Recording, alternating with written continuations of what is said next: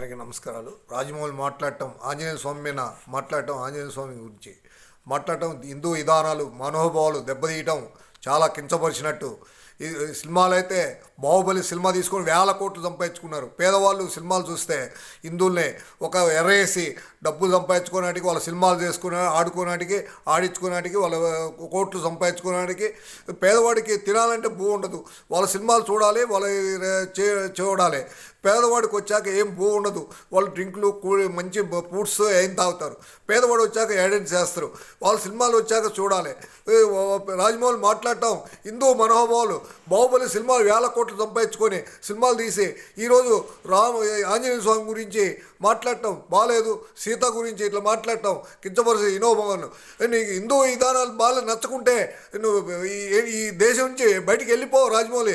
వెనక్కి క్షమాపణ బహిరంగ ఇండియా ప్రజలకి 1000 కోట్లకి క్షమాపణ చెప్పాలని కోరుతున్నాం.